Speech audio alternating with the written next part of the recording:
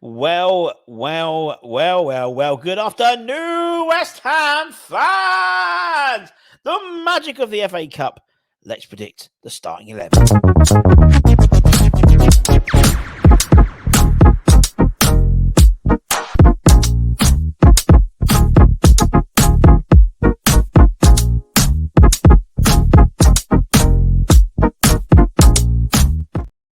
Everybody, Russ on the West Ham Network. Hope you're safe and well. If you're new, give it a like, give it a comment, give it a share, give it a bloody good subscribe. Hope your Sunday's going well. In a few short hours, we kick off our FA Cup. No, not Hammersmith Headlines. We kick off a FA Cup campaign. Third round tie. Bristol City, London Stadium. We had Ben from Robbins on tour, the opposition fan, yesterday morning. Go back and check it out if you haven't listened to it already. A very old head on young shoulders, old Benny boy. And he was telling me afterwards, there's 9,000 Bristolians going to the game, which is apparently their second highest ever away day number. Apparently, it was the first was like during the war or something like that, during the Second World War or just after. So amazing, 9,000. So it's been a fantastic atmosphere. Hopefully, hope they can get there as well, because obviously there's so many flood warnings and stuff at the moment. So hopefully they can get there. But it's going to be a cracking game. And I think there's a lot of, obviously, the manager, Liam Manning, former West Ham under-23 coach, won the PL2 under his stewardship at West Ham. He's only been there since November. But, and obviously lots of ex-players have played for both sides. Nicky Maynard, Sam Baldock, Eamon Dolan. There's loads. Steve Jones, I think, finished his career there. I think Marlon had a short spell. There's dozens and dozens. So it's I'm looking forward to it. I'm really looking forward to it, actually. It's sort of my derby, so to speak, because my office is the head office is in Bristol, and obviously our office is in London. So it's like, ugh. So I've just made my own the 72-point derby. Anyway, so as we try and do before a couple of hours before the game, we try and predict the 11. And I think for the most part, I think it's trying to get into Moyes' head, which would be nice. Have a little walk round for 5 minutes just to find out what's going on in there. But to go into his head in terms of how he sees the priority of the cup. As our fans, we love the cup. We love the FA Cup, the magic of the cup.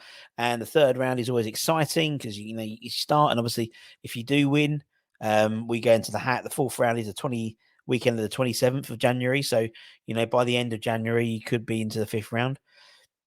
And we want as fans to progress as far as possible. But we saw with the Liverpool game, it's almost like he did seem like he threw the game, in all honesty.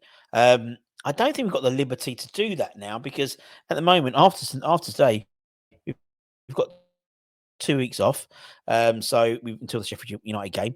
If we do get through to the next round, obviously then we play the following weekend, and then we play Bournemouth on the Thursday, the 1st of February. So we have to have the 2-week sort of winter break, so to speak, where sort of one side plays next week and the other side plays, half the league plays the other week. And so we're the second week. So yeah, that's how it's worked out. But for me, I think there's some positions where pretty much you have to start there's one person you have to start in that position, because everyone else is bloody injured or goes to the AFCONs. And so, for me, for example, someone like Mikel Antonio, I thought Mikel Antonio would have been a shoo-in for a start today, this afternoon.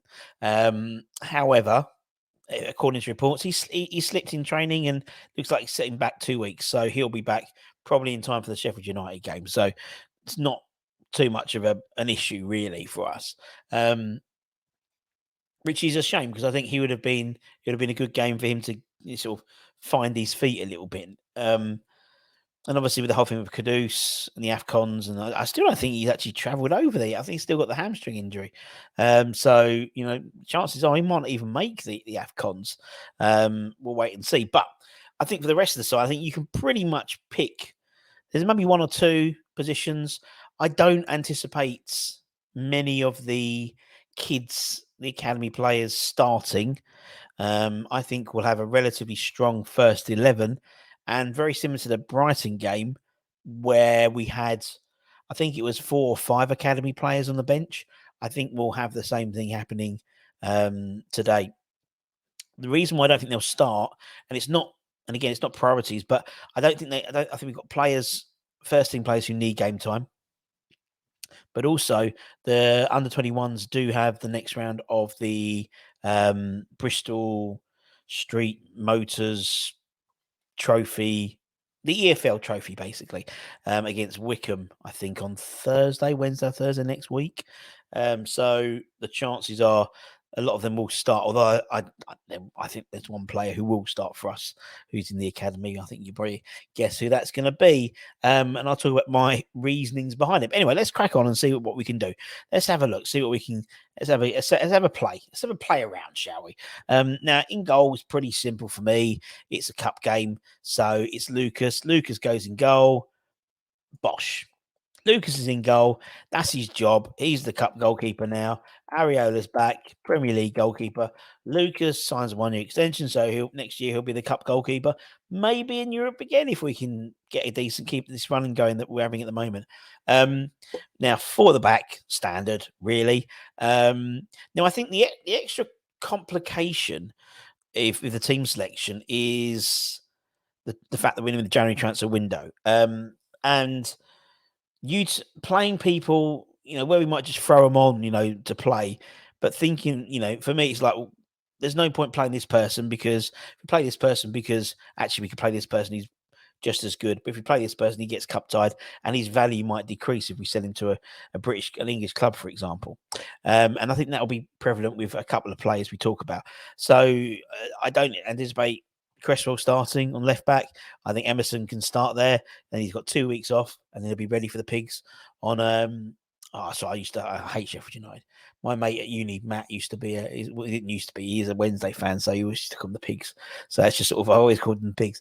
So he comes in. Vladimir goes. I think yes, Vladimir will go right side. There could be a potential for a Ben Johnson, but again, by all accounts, it might be actually thinking out loud. And I might put Ben Johnson in, but Vlad's back, and I think they might give him some game time. Yeah, I mean Ben's obviously could be the target of interest from Everton or stuff. I'll be surprised if he goes now in the January transfer window. That was someone who was earmarked, but with Tilo Kehrer going to Monaco, we are a little bit light. Alternatively, you could throw in a Levi Lang, for example. Or you could throw in a Dan Chesters, who's playing in the PL2 as sort of a right wing back. He used to be a winger, if you remember. He obviously went to the Australia tour with us. I think he scored, didn't he? Or he set a couple of up.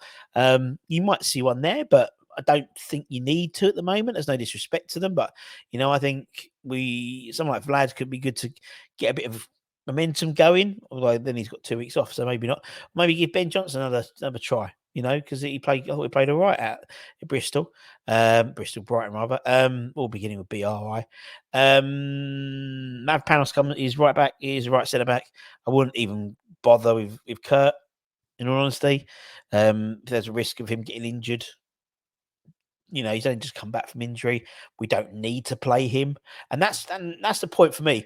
It's players we don't need to play. They can be on the bench, and if we need them, we can bring them on, but they don't need to play. For me, Kurt Zuma doesn't need to play. He's not going to benefit from playing this game.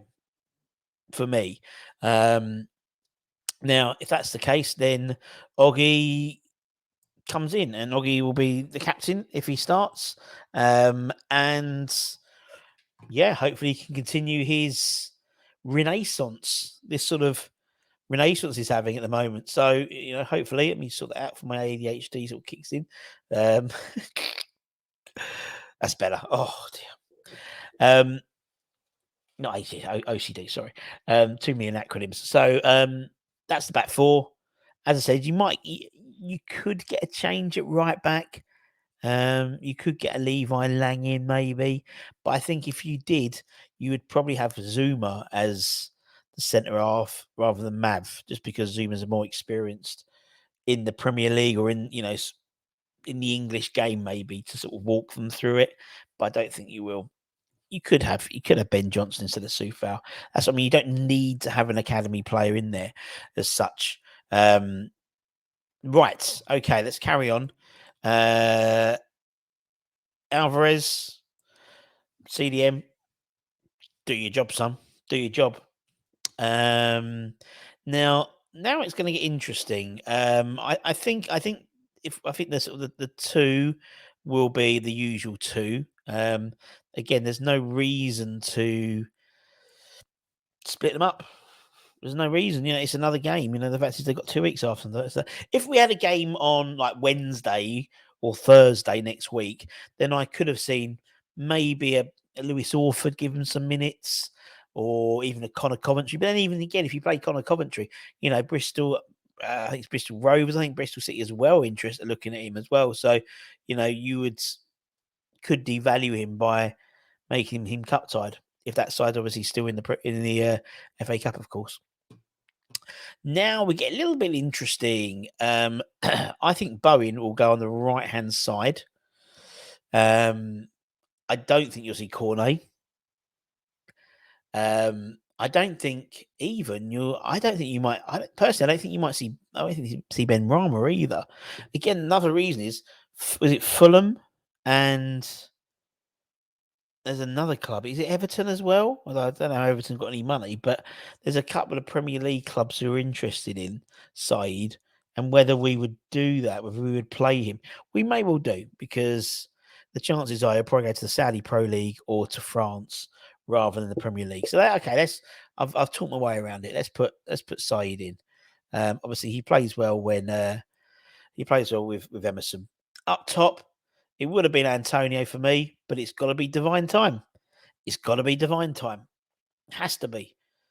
We've got no one else. We could, as I said, we could be in Granny. You could be in Granny Dings, but there's reported interest in him from Wolves and possibly Southampton, but Wolves particularly, maybe even as a loan deal or a loan to buy, which really doesn't help us. But I think we get him off the books. We know how much he's on, and that could devalue his value if he plays. That might mean they don't play him. They don't bring him in on a loan deal.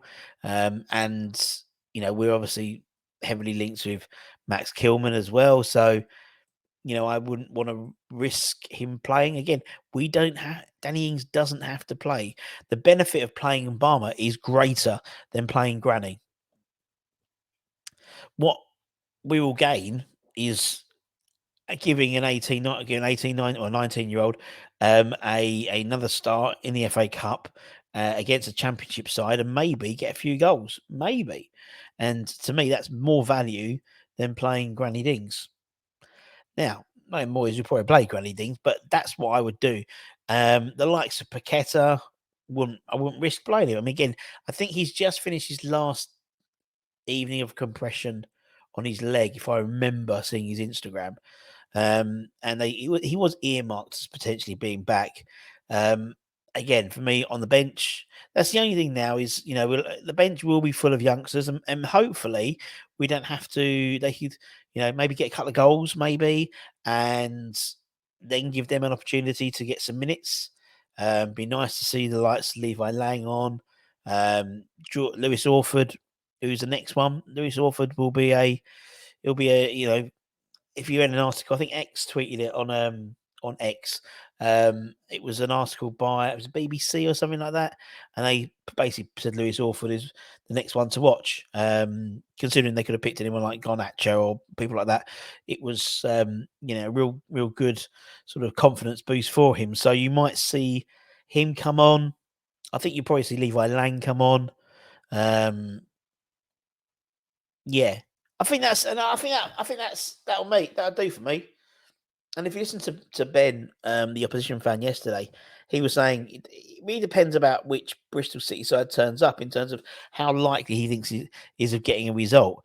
He fancies a draw and then probably beating us at Ashton Gate. And to be honest, that could well happen knowing us. But I think particularly was Ashton. The replay would probably be during the internet our break, wouldn't it? So yeah, possibly. But I think that's enough. I think that'll be enough to do it. I mean, they're a good side, Bristol City, having an indifferent season. I think they're 11th in the Championship.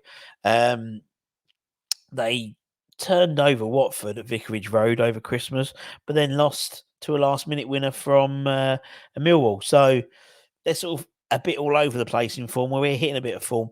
Obviously, we're down to the bones a little bit, and it's now a situation where by the time he plays Sheffield United, Antonio, unless he's slipped over again, will be fit. You'll have Paqueta back. Zoom will be back. And then I think you've got a little bit of a bet. I mean, that side is pretty, bar 1, 2, 3. No, so it's probably 4 players from R11 in it. You'd have Agad, Zuma. You'd have, Fab. Ariel isn't much muchness. And you would have Divine would be out, and Kudus would be in. Obviously, then Kudus and Bowen, and Paqueta for Ben Rama. So so about 4 players out from the side that's done so well and finished currently 6th in the league. So I think that'll do. And I said, I don't see them having to play a lot of the kids, and that's no disrespect to the kids. It's like, but the likes, I think we need to get this game done. I mean, you may see maybe I don't know, like a JWP taken out and Fornals put in, give him some game time. But again, I don't see the point. There's no point, I think, you might sort of not play Ben Rama and play Fornals. That one could happen. For the risk of maybe for Ben Rama, not being fancied by some of the Premier League sides because he's cup tied. Yeah. But anyway, that's what I think is my 11. Let me know in the comments below what your 11 is going to be. And hopefully you enjoyed our match day morning live from the London Stadium. And Anton should be along for the watch along in a couple of hours' time. Until then, my friends, take care. Stay safe, stay warm, stay humble. If you're having a nice Sunday dinner, enjoy. It's only been about a week and a half, or we had the Christmas dinner roast. So, anyways, it's time for another one. And I'll see you guys very, very soon. Take care, stay safe, stay warm, stay humble, keep the faith, up for the cup. Lions.